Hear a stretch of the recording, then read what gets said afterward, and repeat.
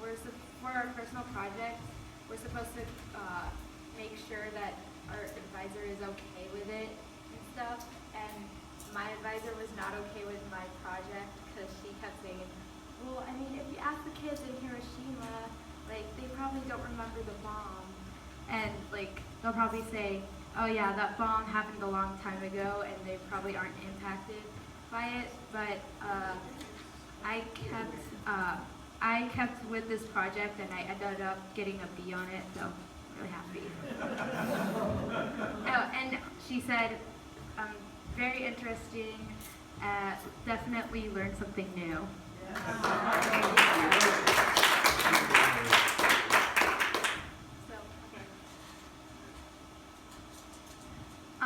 So the Marshall Islands is located in Micronesia in the Pacific Ocean. If you draw a horizontal line from Hawaii and Australia, it should be in the middle. The Marshall Islands is both vast and slight, divided into two island chains, which is Raleigh, which is towards the sunset, and Ratak, which is towards the sunrise. And it contains a total of 29 atolls, each made of many islands, many small islands called islets, which combined is the equivalent of Washington, D.C. I was born in Madra, which is the capital of the Marshall Islands, which is part of the Ratak chain. So, let me give you some background information from about the Marshallese culture. The Marshallese are descended from voyagers, exceptional navigators, and we have skilled storytellers and fishermen. Marshallese agricultural products include coconuts, pumpkins, breadfruit, fish, chicken, and pork. Breadfruit are fruits that are cooked and taste somewhat like potatoes or freshly baked bread. They are very rich in starch, which transforms to sugars when very ripe, and they can be preserved by fermentation. Fish, chicken, and pork also contribute to the Marshallese diet and are all commonly served at a gemem, the celebration of a baby's first birthday. The Marshallese people are very social, so it is considered strange if someone does not visit other people or welcome visitors. And when passing by someone in the Marshall Islands, you may hear the word Yahweh, which means hello, goodbye, or love. It is the literal meaning is your rainbow. Land is very sacred and is the most important resource in the Marshall Islands. It provides the necessary resources to ensure survival, links the people to their ancestors and their families, and maintains the culture. Although land represented wealth, it was not sold or bought amongst people. Marshallese society, including land, is matrilineal, which means that it is passed down from generation to generation through women.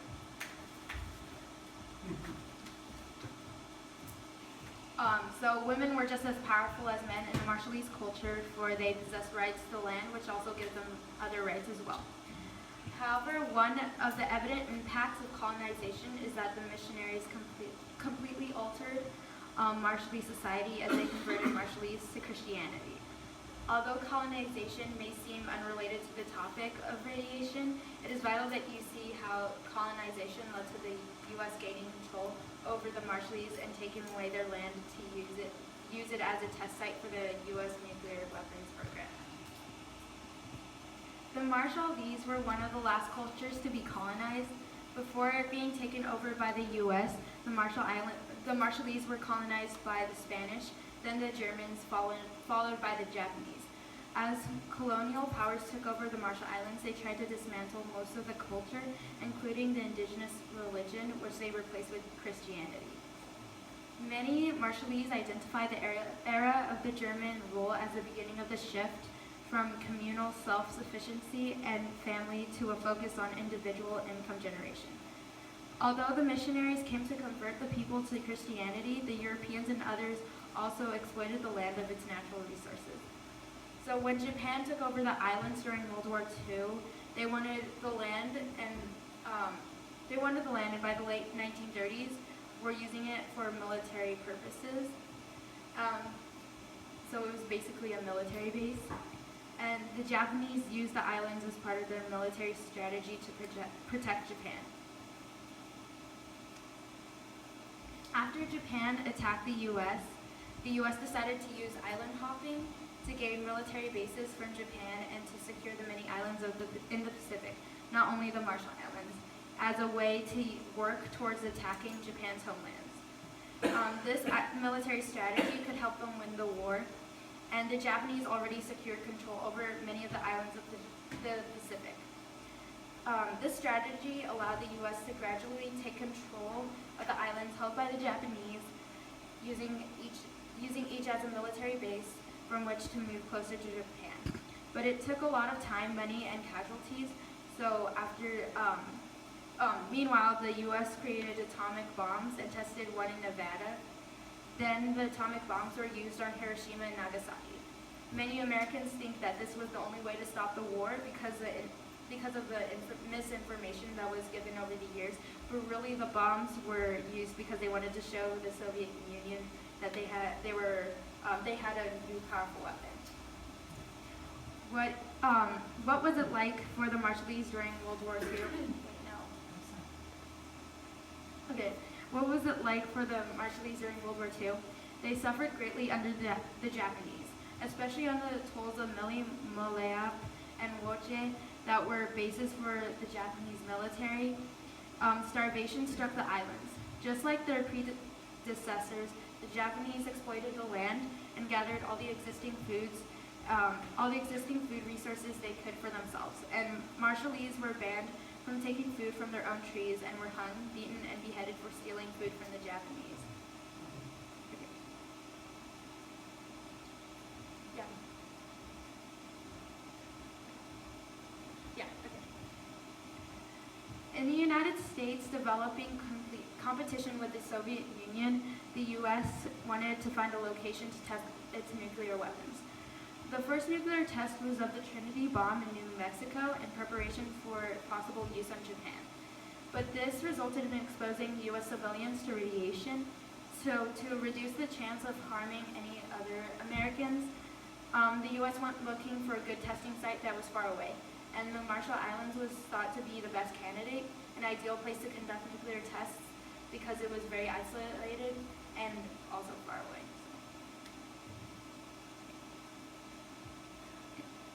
This is where the importance of talking about colonization comes in. Quoting Dr. Holly Barker from her book, Bravo for the Marshallese Regaining Control in a Post-Nuclear, Post-Colonial World, a century after the initial American missionaries arrived, the U.S. government would invoke the name of God to persuade the Marshallese people of the importance of using their lands for a nuclear weapons test. When the Marshallese were told that they were the chosen people, the ones who would be making a sacrifice to God and to benefit all humankind, they wanted to honor this request made by the United States to express appreciation for the liberation from the Japanese. The Americans said that it was for the good of mankind and that God will thank you. What the U.S. did not tell them was that they may not be able to return to their home, and that it may be completely gone because of the power of the nuclear tests, and that they would have to endure suffering, such as health effects on their land, and effects on their culture. The Marshallese adore the Americans who saved them from years of suffering, and the U.S. government took advantage of that. One of the many approaches that the U.S. used to gain control was to exploit the usefulness of anthropologists. So anthropologists study human behavior. The U.S. government wanted to make sure that they understood the Marshallese people and that the people could understand what they had to say. So to achieve their goal, they hired a bunch of anthropologists. Many anthropologists who study other cultures do work to help preserve the culture and inform others about it. However, the anthropologists who worked with this government, whose main goal was to show the world that the U.S. is the most powerful country in the world, ended up contributing to the destruction of a culture they had been studying.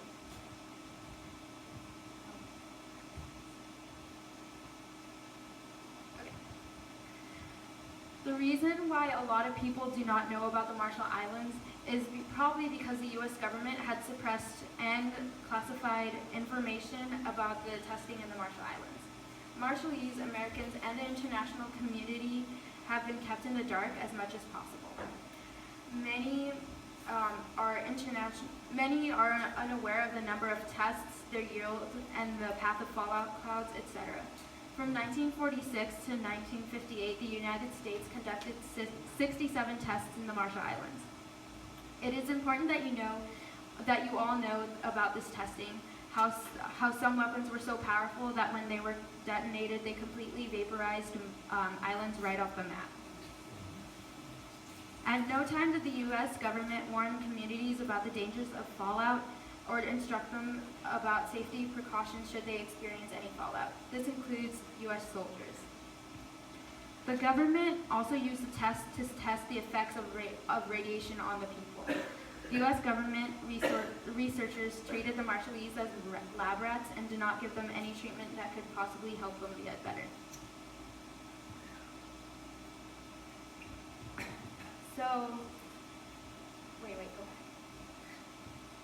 ahead. There's one Marshallese word that you all know, and that's bikini. And so we're going to get into that, why you know this word. So Bikini is the name of the northern Marshallese atoll, which by the way means coconut place. Bikini Atoll is one of the areas that are completely uninhabitable because of the U.S. nuclear testing. Bikinians were evacuated from their island so that on March 1st, 1946, the United States could test the largest nuclear weapon on the U.S. ever tested, which is the Bravo hydrogen bomb. At 15 megatons, the blast vaporized 3 islands, and its power was 1,000 times the magnitude of the Hiroshima and Nagasaki bomb. 20 out of the 23 weapons that were tested on the Bikini Atoll from 1946 and 1958 were hydrogen bombs, and ever since then, the Bikinians have not been able to return to their home. And this year marks 71 years since the people of Bikini Atoll have lived in exile away from their beloved homeland. But even if you didn't know about the testing, you probably know this Marshallese word, and we're going to get into why. Yeah, teeny physics, I don't know. So, the bikini swimsuit came out on July 5th, 1946. The French fashion designer Louis Réard, or whatever, was inspired by the invention of the bomb. His idea was to create a swimsuit that is split in half, like the way a nuclear bomb is when detonated, splits atoms in half. The other connection he made with the nuclear bomb was that he meant for his design to have an explosive effect on men. It is worth noting that in the Marshall Islands, women traditionally were topless, and Marshallese women did not and still do not view breasts as a sexual object. But when the first missionaries came to the islands, they insisted they give up their traditional practices of the way on their ways of dressing, and that is why in the modern customs in the Marshall Islands, it is considered very inappropriate to wear a bikini, because in addition to emphasizing the breasts, it doesn't cover the thighs and the shoulders. So, the other thing that may have popped to your head when you heard the word bikini, was probably Bikini Bottom from SpongeBob. From SpongeBob. A lot of people I spoke to doubted this. Like a lot of my classmates were like, "That's not true. That's just a myth or whatever." And basically, I looked up online because I was really determined to prove myself right and everybody else right. That basically Nickelodeon themselves said, dwelling a few fathoms beneath the tropical island of Bikini Atoll in the subsurface city of Bikini Bottom, SpongeBob lives in a 2-story pineapple. On top of that, if you know what happened to the real Bikini, you realize that SpongeBob is about a mutated world. As a result of the Bravo tests, Marshallese babies who were born were affected by the radiation. And they were born with terrible deformities. In some cases, the radiation deformed them so badly they didn't look like babies, so they were called things like jelly babies. Like jellyfish without bones and transparent skin. In other cases, the radiation made their heads a lot bigger than what they should have been. The cartoon made some of the characters look like these babies. This TV show acts like the mutations are really funny, and really who has the cruelty to laugh at something that actually happened to these Marshallese babies. Next. Oh yeah, okay. We'll be able to do that. Next one. Okay. So, one of the things that the U.S. did in the Marshall Islands was to test how nuclear radiation affects human health. Recently, declassified documents make clear that during the U.S. military's long stay in the Marshall Islands, they purposely allowed the Marshallese to be exposed to nuclear radiation so that scientists for the Marshallese to be, where the government could conduct a series of tests of the effects of radiation. And if that is not bad enough, this is for all of you who have been to haunted houses. Have any of you been to any haunted houses? Oh, well, I haven't. Okay. You may have heard of this, you may have not, but there was a very famous, maybe infamous is the right word, infamous haunted house called Project 4.1. Project 4.1, by the way, is the name of a real medical study conducted by the United States government on the atolls of Rongelap and Utrecht. And just to give you a sense of how criminally thoughtless people are here about the nuclear testing, I will read you something that I came across the internet when I was looking for information about this haunted house. On an NBC website called Worth the Trip, I found a review on the haunted house called Project 4.1. Promoting this attraction, it said, "Looking for a gory Halloween fun? Inspired by U.S. government medical study, the Warehouse Project 4.1 opens Friday, September 28, 2012 in Rockville. Billed as an urban haunted house, Project 4.1 is constructed to resemble a medical lab gone wrong, filled with zombies, dead bodies, and vicious military men. Actors play residents of the Marshall Islands who were exposed to radioactive fallout in the 1954 Castle Bravo accident and may have suffered long-term harm." Okay, first of all, this angers me a lot because haunted houses are for entertainment, and in no way was Project 4.1 fun for the Marshallese who had to go through it and were not given any treatment. Second of all, what is this may have suffered long-term harm? They did suffer long-term harm. So by making this into a haunted house, it effectively de-emphasizes the horrific aspect of it and tries to make it into something cool, which it wasn't. Next. So after the nuclear testing, the U.S. decided that they didn't want to clean up their mess, and they ended up dumping a whole bunch of nuclear waste into a blast crater on the Runit Island, capping it in concrete, and called it the Runit Dome, turning the island into a temporary nuclear waste facility. The Runit Dome is located on Runit Island, one of the 40 islets of Inuitak Atoll. The U.S. government claimed that they did all they could do and left the dome containing radioactive refuse, saying that it is now the responsibility of the Marshallese government. The colonial mindset is still wreaking havoc on the Marshallese people because this nuclear waste, combined with the affluent countries of the world refusing to address climate change, means the survival of the Marshall Islands is itself at stake. I will address the effects of climate change itself on the Marshall Islands later, but I will make a clear connection between climate change and the nuclear testing and how this can directly affect Americans as well, and I don't mean only through immigration from the Marshall Islands.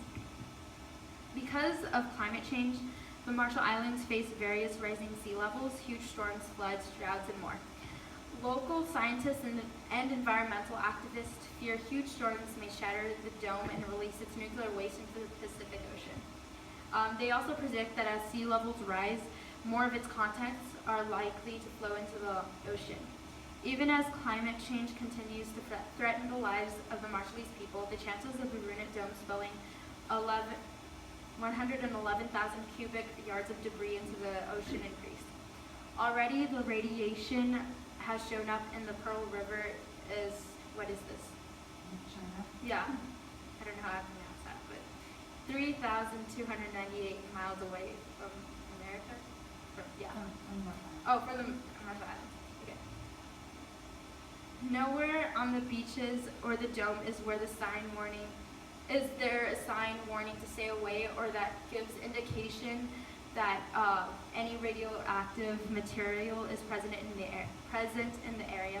And this is a huge problem because although the island is uninhabited, a lot of people come there to fish because people come to its abundant fishing grounds, or to search for scrap metal to salvage. And those who are once inhabited that island are very upset, for they want to return. One local said, "We asked Americans, are you going to put a sign on the dome that says, 'Don't come here because you might get exposed'? Our president asked, are you going to put up a sign so that the birds and turtles also understand?" What president was that? Was that, President Marshall. which Oh, one? the Marshall Yeah. Islands, oh. Number. Is that, I'm not sure. No, I thought it was, sorry, I misunderstood. Yeah, no. The U.S. president just tries to pretend it doesn't exist. The U.S. has never actually formally apologized to the Marshall Islands for turning it into an atomic testing ground, and they are still yet to pay for the compensation of destroying many islands. And anyway, there is no way to truly compensate for destroying an area with the radiation. This brings me, no. Yeah, okay. This brings me to talk about the 177 agreement, which states, "The government of the United States accepts responsibility for the compensation owing to citizens of the Marshall Islands for loss of damaged property and person resulting from the nuclear testing program." Basically, this is a signed agreement saying that the U.S. government will provide remedies to address the associated damages and injuries. However, the government had complete control over all scientific and medical information, meaning that they had the power to define whether it was really damaged or if it was actually an injury resulting from the test screening program. So because of that, the U.S. narrowed down the number of tools that were defined as affected to 4, and the U.S. government effectively limited responsibilities for cleaning up medical problems, and 3 out of 40 affected islands were cleaned up. All but one of the 5 island and 29 atolls were truly affected by radiation. It is important to note that before detonating anything, part of the procedure was to test the weather to confirm wind direction and potential radiological hazards that could result from the tests. Recently, declassified documents demonstrate that some researchers predicted that the winds would push Bravo's radioactive fallout towards inhabited atolls near Bikini Atoll. It also showed that the military ignored these warnings and went on with the testing anyway. The commander of the military team responsible for carrying out the testing program received one of these reports and proposed to treat it like any other member of my staff when I do not agree with it. In short, we will kill it and stick it in a file.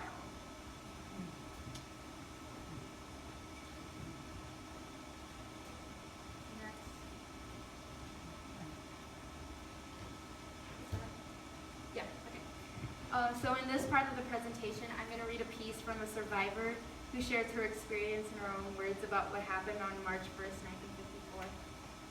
So, I was living with my parents and some other family members on the islet across the reef from the main islands where we had gone to make cocoa. On that March morning, my father woke me while it was still pitch dark to cross the reef with some of my friends to the main island to buy some coffee, flour, and sugar. There were 4 of us, 3 girls and a boy. We were in the middle of the reef between the 2 islands when the whole of the western sky lit up. It seemed like it was afternoon, not early morning. The color went from bright white to deep red and then a mixture of both with some yellow. We jumped behind big rocks on the reef. We were too afraid to decide whether to run back to the small island or to run across the reef to the main island. It was the boy who finally pushed us to run to the main island. Just as we reached the last sandbank, the air around us split open by an awful noise. I cannot describe what it was like. There was a man standing outside the first hut staring at the burning sky. A couple of us threw ourselves onto his legs. The others ran into his hut where they threw themselves onto his wife, who was trying to come outside to see what was happening. That afternoon, I found my hair was covered with a white powder-like substance. It had no smell and no taste when I tried tasting it. Nearly all the people around that became violently ill. Most had painful headaches and extreme nausea and diarrhea. By the time of our evacuation to Kwajalein, all the parts of my body that had been exposed that morning blistered and my hair began to fall out in clumps. I just had to run my fingers through it and they would all come out full of dust.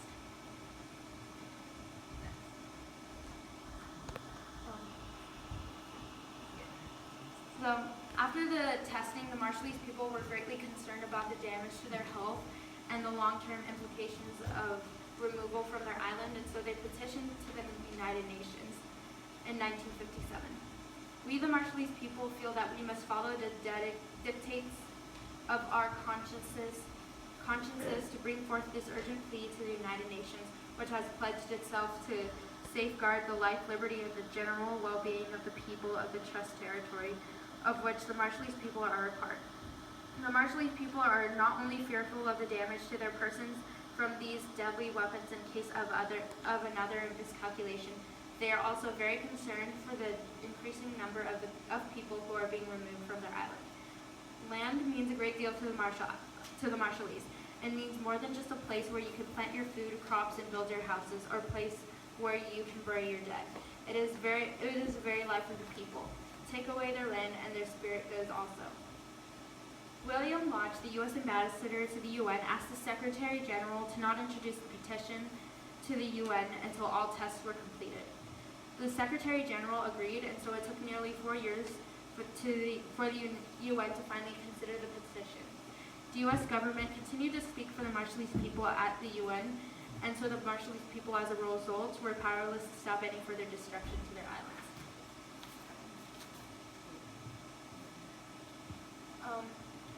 Because of the 67 nuclear tests, the Marshall Islands had the highest rate of cancer in the world. The people who had never seen snow thought the radioactive fallout was snow because it was white and it fell from the sky. When the children stuck their tongues out to eat it, they ended up consuming it, and the many other ways in which they were exposed to radiation caused them to die or get very sick.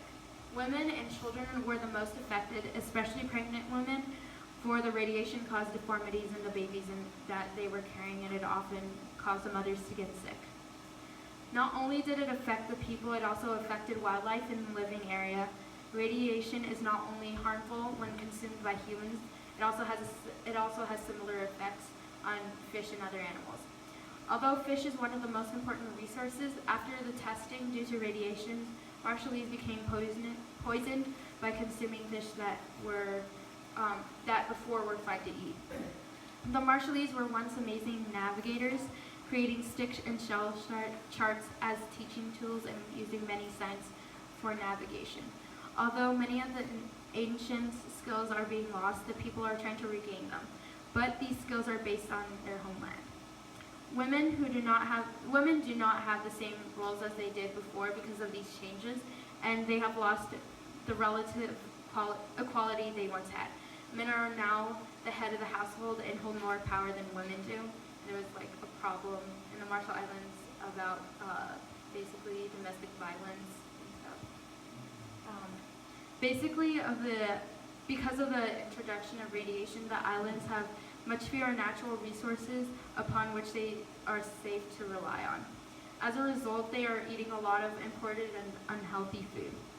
Because of the continuing impact of the nuclear tests that are completely vaporized, some islands and made many before forever uninhabitable, the traditions of cultivating and passing down land to future generations are no longer possible in the way that there had been, especially for the land most affected by nuclear radiation. And now climate change is having similar impacts. Though the Marshallese have far low carbon emissions than many countries, we the Marshallese people are in danger of losing our culture and entire ancestral homeland due to the actions of people like us Americans. May we be wiser on the issue of climate change than the U.S. government was in its determination to test nuclear weapons tests. Was that it? Okay, well that's it for now.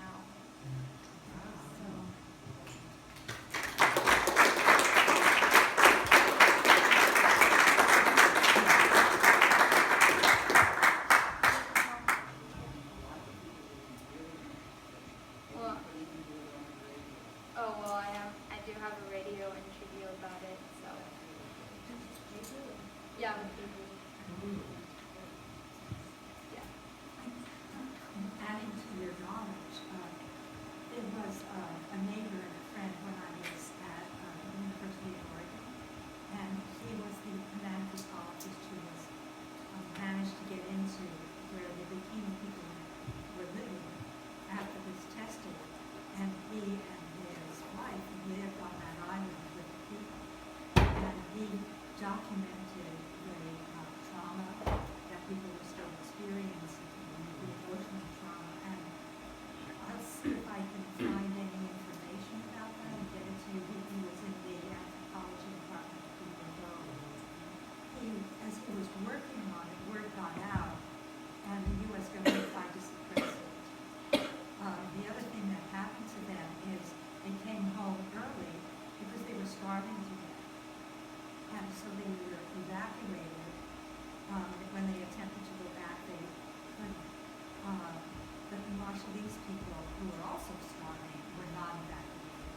And part of the problem was they had a fishing culture, and they were brought this pork, and they just didn't know how to preserve the pork. When they asked for instructions on cooking, preservation, etc., it was never given to them. So they had no social support, and they had no health support, and they had no nutrition support. I just thought, we were sort of outraged about it. We were outraged about it. And when he left, he was still fighting to get his wider publication, his doctorate dissertation. But it was a big uphill battle. I never followed through when I was involved in some other executives. Anyway, it was more of the suffering that people experienced.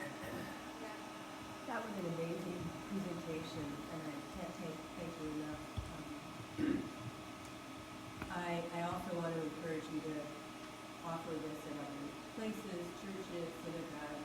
It's really, really powerful. And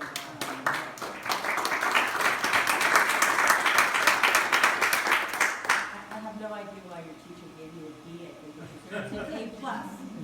Well, it had to do with the report, Okay. not the project. Okay.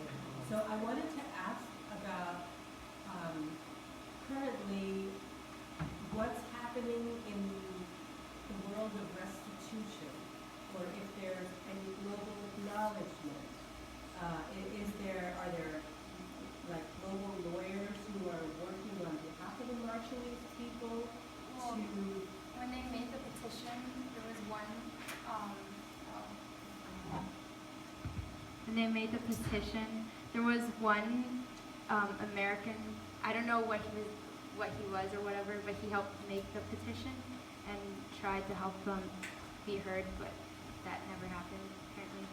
But I mean, like, I don't know if there's any American lawyers or anything that are trying to help right now. I mean, like, I knew about the nuclear testing, but I didn't really know what it was until I went to Dr. Holly Barker's talk. She's like awesome. So she's like, she lived in the Marshall Islands and she's an anthropologist, and she lived there for like 20 years, I think. I'm not sure. She lived there for 20 years and stuff, and she flew in Marshallese. And she gave this talk, and I was like, I can't believe I don't know about this. And so that's why I decided to do my project, and a lot of the information I got was from her book. And basically, I heard like murmurs from the Marshallese that were listening to it, and they were like fully aware that this was happening, and they were pretty agitated that no one was doing anything about it. Still. So, yeah.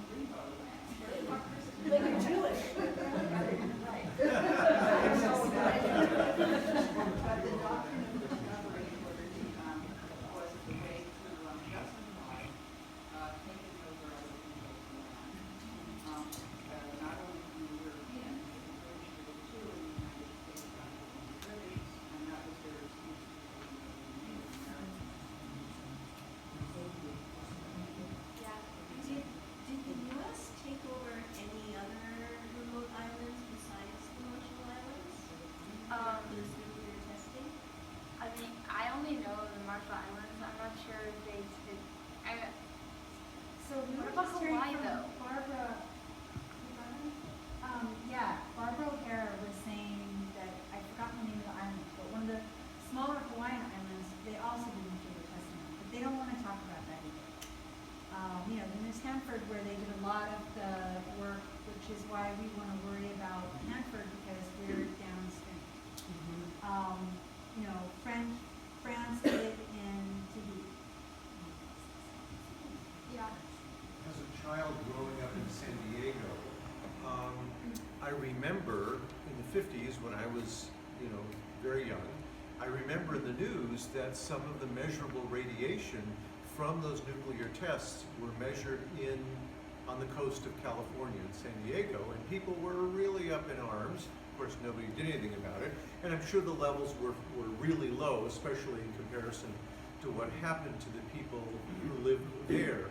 But it was really interesting how one of the things that we learned is that stuff goes a long way.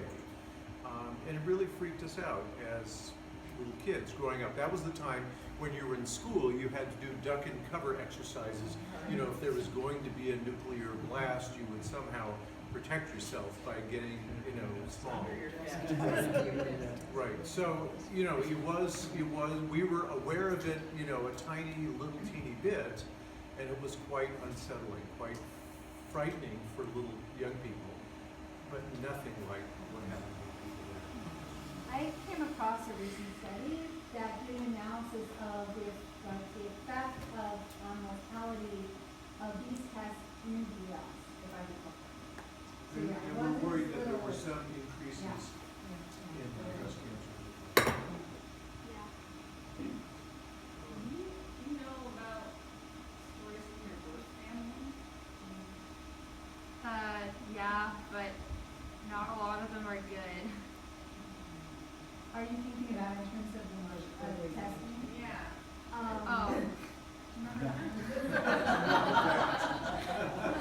Within the context of your project. Not really. I mean, I wasn't really told about it. Maybe some of the other So- problems were related. One of the things that, yeah, can I jump in for a second? Yeah. One of the things that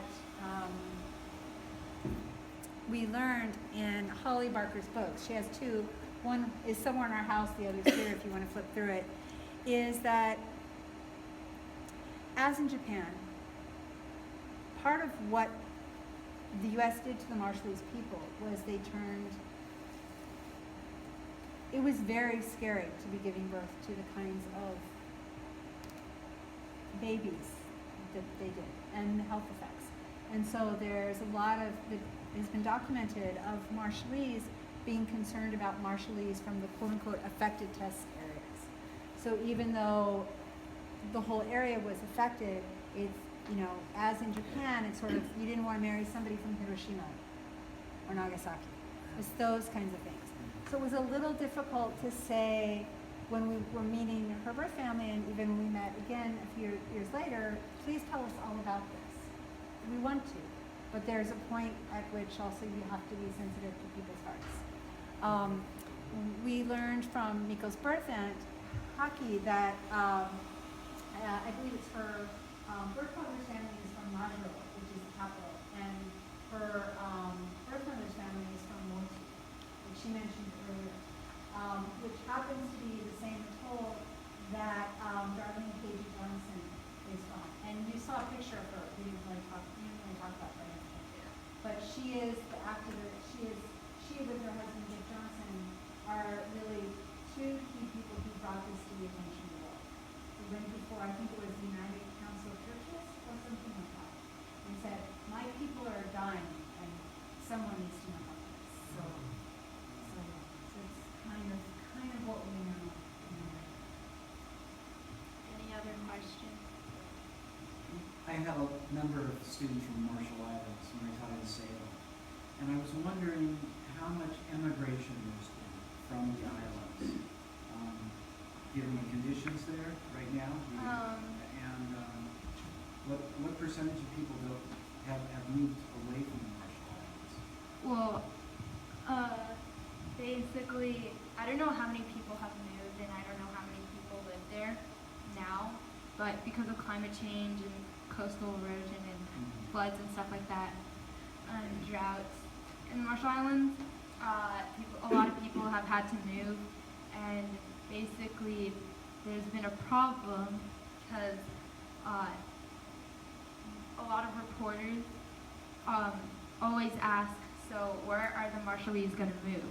But they don't, like, no one really gets that the Marshallese don't want to move, and they're always asking where are these people going to move instead of like how can we keep these people in their homes and stuff like that. Any other questions? Yeah.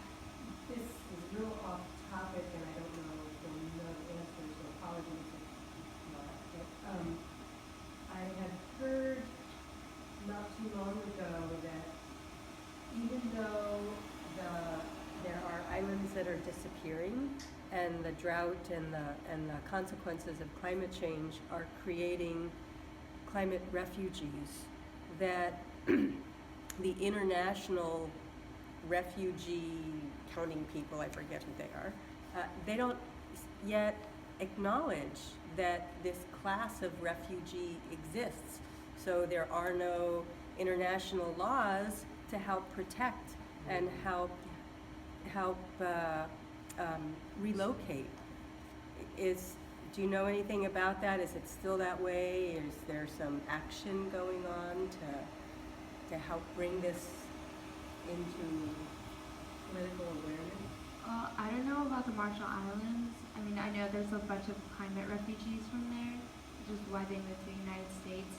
But I'm an MUN, so I did a research paper on refugees, and I decided to include climate refugees because usually when people think refugees, they just think like people like war.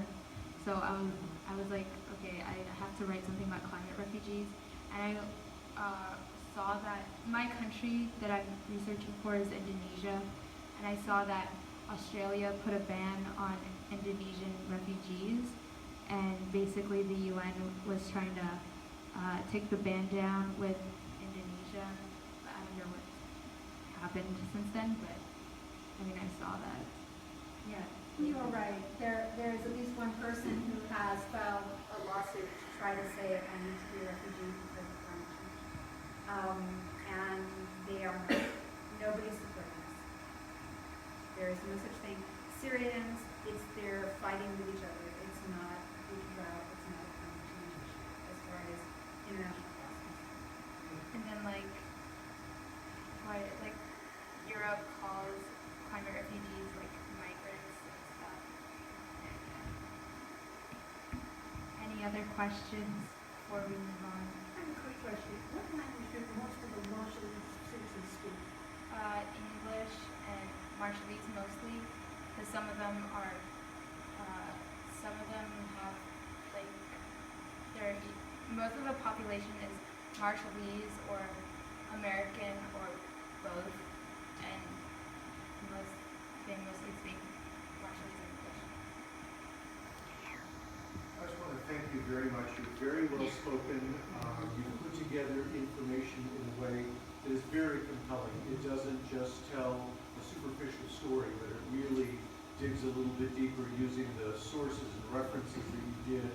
And this is a really meaningful way to approach a topic. I think you did a really good job. So thank you so much. Thank you.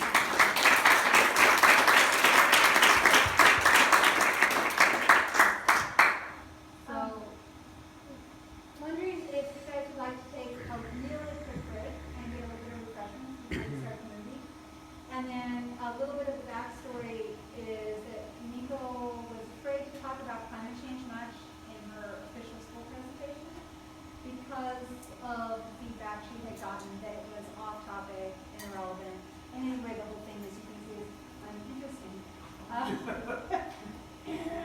And so there's a little bit after the movie that she's going to talk about that. But we're going to take a quick break.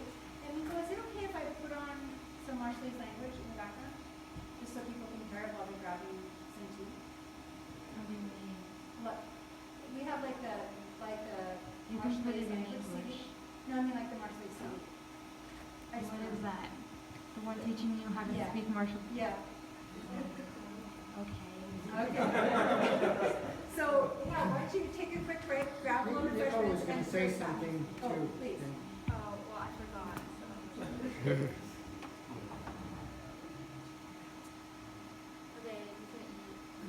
Contacted the producer and director of the film we're about to show, Robert Stone, to ask permission to show Radio Bikini at Miko's talks at a public showing and to raise money for planting trees through Plant for the Planet. This is what he said. Thanks for getting in touch. You certainly have my blessing to show it. There will be no problem with you screening the film without a fee. You can be assured of that. I wish you the very best. Warm regards, Robert Stone Productions. There is a lot we do, for many of us, most of our best work, that is like casting a stone into a pond and then closing our eyes, leaving us with little idea of the ripples we've caused.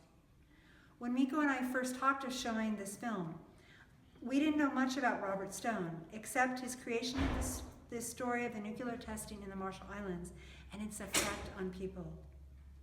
But when I researched how to contact him, I realized that he recently started an effort that argues that we should use nuclear power to prevent climate change. Although we found that deeply disturbing and can't reconcile it with the message of Radio Bikini, both we and Robert Stone share deep concern about climate change. And perhaps, although it wasn't Miko's intention, by his help with this and learning about Plant for the Planet and his learning about the federal climate change lawsuit through us, he will come to learn about the alternatives to nuclear power that we have that can stop and reverse climate change, and maybe he'll change his mind. Who knows?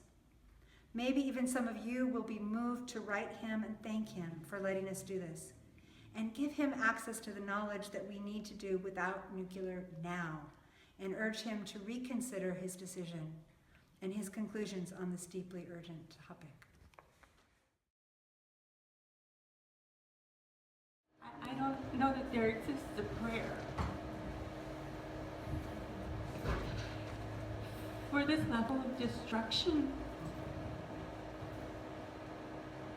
So I just want to invite all of us to sing Amisha Vera together and just take that heart energy and send it to the Marshallese, to all the families, to all the destruction, and to the military world that needs such deep healing to keep this and all war from ever happening again.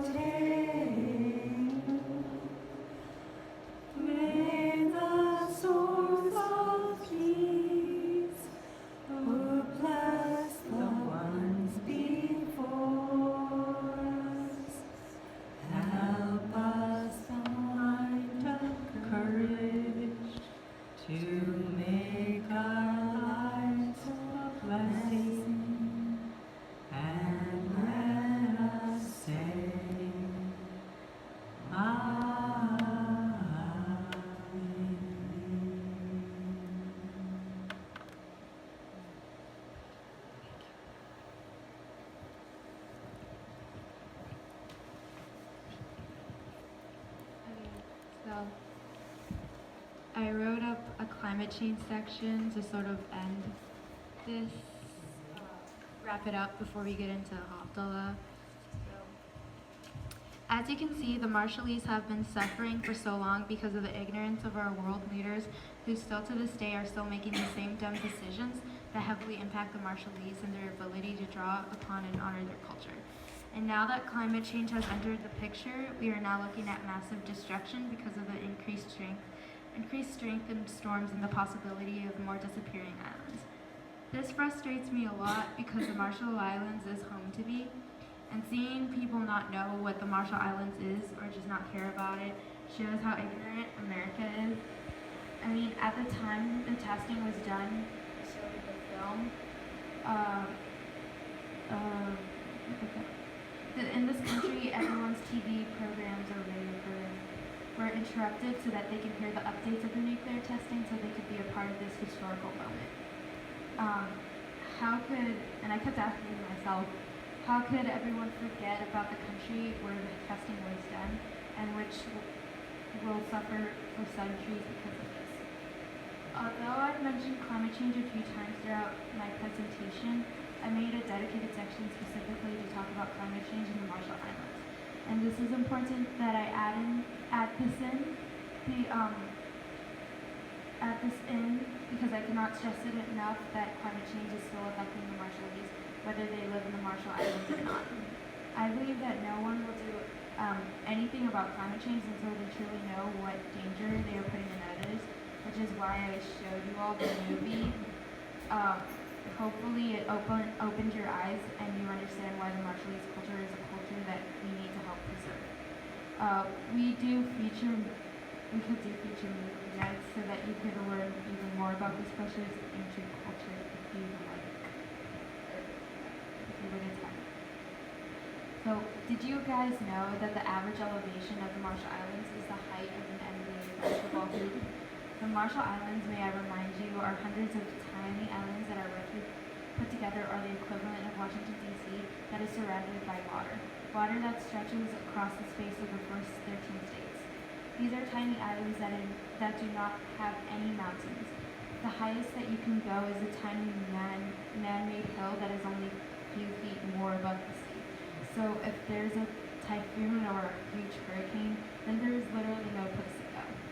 That's what sea level rise means to the Marshallese, and that and the fact that high tides are sometimes now enough to swamp homes. So these Thailand islands are called atolls. Atolls are made of coral, which as we speak are being destroyed due to the ocean acidification. That is caused by climate change too. And ocean acidification is also ruining other beautiful aspects of the Marshall Islands. Besides the coral of which the atolls are made is one of the most beautiful and ancestral features of our islands. The acidification is also destroying habitats of fish and other sea creatures, including the shark sanctuary that is very sacred to the Marshall Islands. The CO2 and other greenhouse gases that we and our recent ancestors and elders, especially those in Europe, the US and China, have put in necessarily into the atmosphere are literally dissolving the land. Let me say a bit more about sea level rise that climate change has caused. I don't think many of you know the consequences of sea level rise are. Sea level rise causes coastal erosion. If you don't know what that means, it basically means that the water loosens the stronger sand below, which causes it to avalanche. The avalanche isn't as bad as the uprooted trees, which then get dehydrated and die because they are exposed to only seawater. This whole process makes the atoll smaller and smaller, and it is also destroying the freshwater supplies in the Marshall Islands, especially, but also in many other places. These factors are causing many people to become climate refugees. Sea level rise is also destroying the graveyards of our ancestors. This is what motivated me to do a lot of the climate activism that I'm currently doing. This is not only for me, but for future generations. But it is also because I want to go back someday. Being an American who is also Marshallese, who also happens to be Jewish, I know that stopping and trying to reverse climate change is the right thing to do. To restore what is left in my culture, but also to protect other cultures that are in the same position as the Marshallese.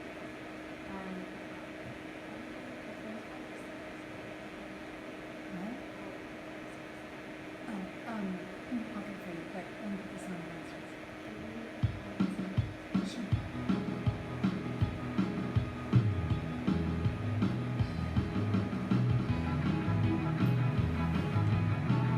Show you a little bit about Marshallese culture. So,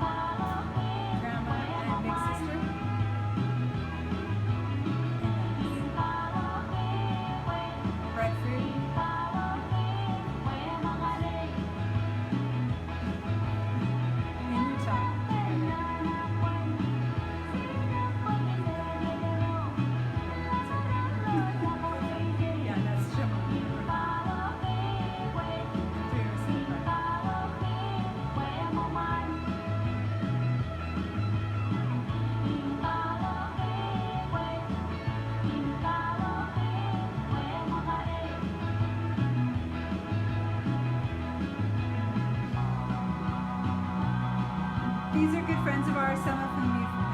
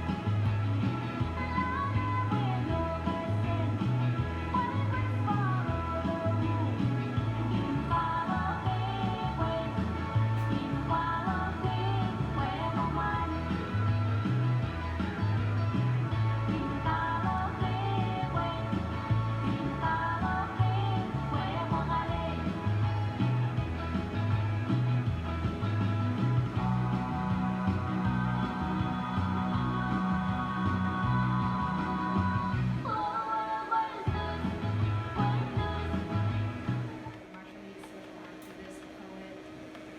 It's called Tell Them. I prepared the package for my friends in the States. First the dangling earrings woven into half-moons, black pearls glinting like an eye in the sort of tight spirals. Second the baskets, sturdy also woven. Brown cowrie shells, shiny, intricate mandalas shaped by calloused fingers. Inside the basket I wrote a message. Wear these earrings to parties, to your classes and meetings, to the corner store, the grocery store, and while riding the bus. Store jewelry, incense, copper coins, and curling letters like this one in this basket. And when others ask you where you got this, you tell them. They're from the Marshall Islands. Show them where it is on the map. Tell them we are a proud people. Toasted dark brown as the carved ribs of a tree stump. Tell them that we are descendants of the finest navigators in the world. Tell them our islands were dropped from a basket carried by a giant. Tell them we are hollow holes of canoes as fast as the wind slicing through the Pacific Sea. We are wood shavings and dried bandanas leaves and sticky burritos at Gevins. Tell them we are sweet harmonies of mother, auntie, sisters, songs late into night. Tell them we are whispered prayers. Tell them we are little girls with braids cartwheeling beneath the rain. We are shards of broken beer bottles buried beneath fine white sand. We are children flinging like rubber bands across a road clogged with chugging cars. Tell them we only have one road. And after all this, you tell them about the water, how we have seen it rising, flooding our cemeteries, gushing over our sea walls, and crashing against our homes. Tell them what it is like to see the entire ocean level with the land. Tell them we are afraid. Tell them we don't know of the politics or the science, but tell them we see what's in our backyard. Tell them some of us are old fishermen who believe that God made us with a promise. Tell them some of us are a little bit more skeptical. But most importantly, you tell them that we don't want to leave. We've never wanted to leave and that we are nothing with our island.